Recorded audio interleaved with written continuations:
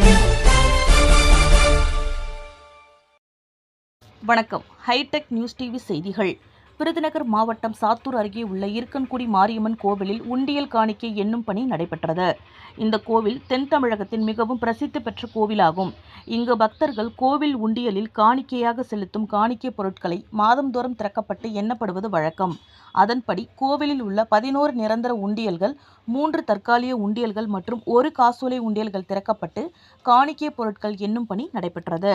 காணிக்கை பொருட்கள் எண்ணப்பட்டதில் 37,44,983 ரூபாய் ரொக்கப்பணமும், தங்கம் 10 கிராம் மற்றும் வெள்ளி 495 கிராமும் கிடைக்கப்பட்டது.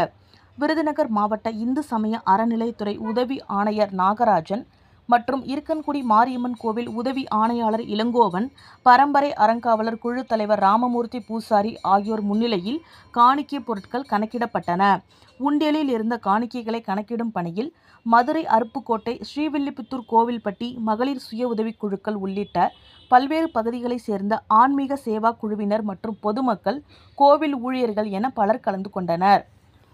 கோவில் உண்டியல் காணிக்கைகளை எண்ணும் பணிகள் வெளிப்படைத்தன்மையுடன் நடைபெற காணிக்கை எண்ணும் பணி கோவில் இணையதளத்தில் நேரலை ஒளிபரப்பு செய்யப்பட்டது.